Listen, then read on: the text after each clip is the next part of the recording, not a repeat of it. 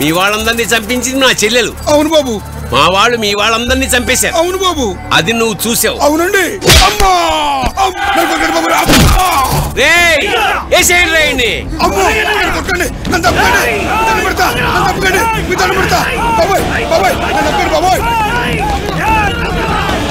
నేను మీ వాళ్ళు చంపావని కోర్టులో సాక్ష్యం చెప్తావా?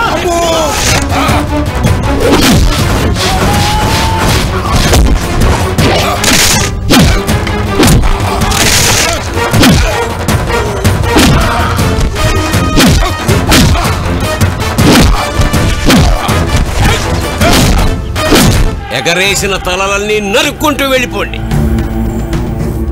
పూర్వంలాగే మీ చెప్పు కింద తేళ్లలాగే పడి ఉంటాం గాని భూస్వాములం మాత్రం కాము. మమ్మల్ని వదిలేస్తే కట్టుబట్టలతో పారిపోతాం అని ఊరు పారిపోవాలి. పోయిరారా చిన్ని తండ్రి, పోయిరారా రత్నమా,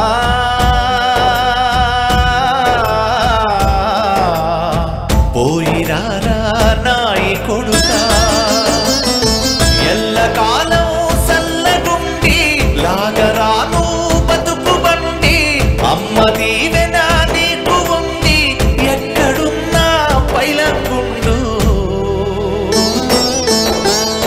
పోయిరారా రత్నమా,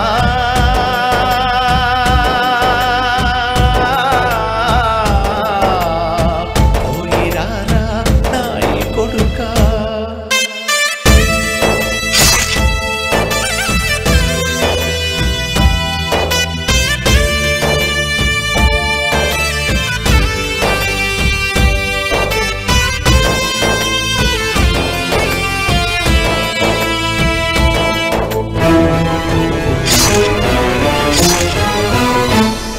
ఊరు ఇడిసి పల్లె నిడిసి తల్లి నిడిసి తండ్రి నిడిసి నేను పోయి వస్తనే,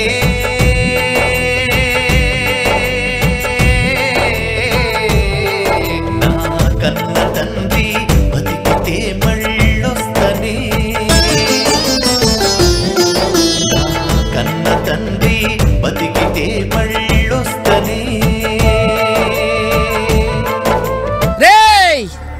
ఈ భూమి మాదే, ఈ రాజ్యం మాది, ఈ రాజ్యాధికారం కూడా మాదే. ఏం పీకుతారా మీరు? వెంట్రుకు కూడా పీకలేరు, తెల్ల వెంట్రుకు కూడా పీకలేరు. తల్లి మా ఆయన ఏమైనా చేసావో నీ కళ్ళు పీకుతావు, నీ పీక పిసుకుతావు, కొరికేస్తావు, చంపేస్తా నా కొడుకు. మా ఆయన నేను, నేనే మా ఆయన. మీరు దాంట్లో వద్దు. కోర్టులో సాక్షి ఆపులేరు. నేను కోర్టుకెళ్ళి సాక్ష్యం చెప్తా.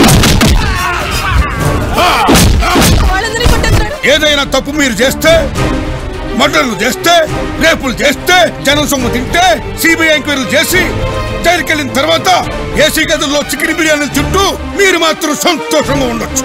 అదే పేదవాడు తప్పు చేస్తే లాకప్ డెత్తులు, జైల్లో కుళ్ళ పడవడాలు, ఎన్కౌంటర్లు, మర్డర్లు. ఈ దేశంలో ఉన్నవాడికి ఒక న్యాయం, పేదవాడికి వేరే న్యాయమా?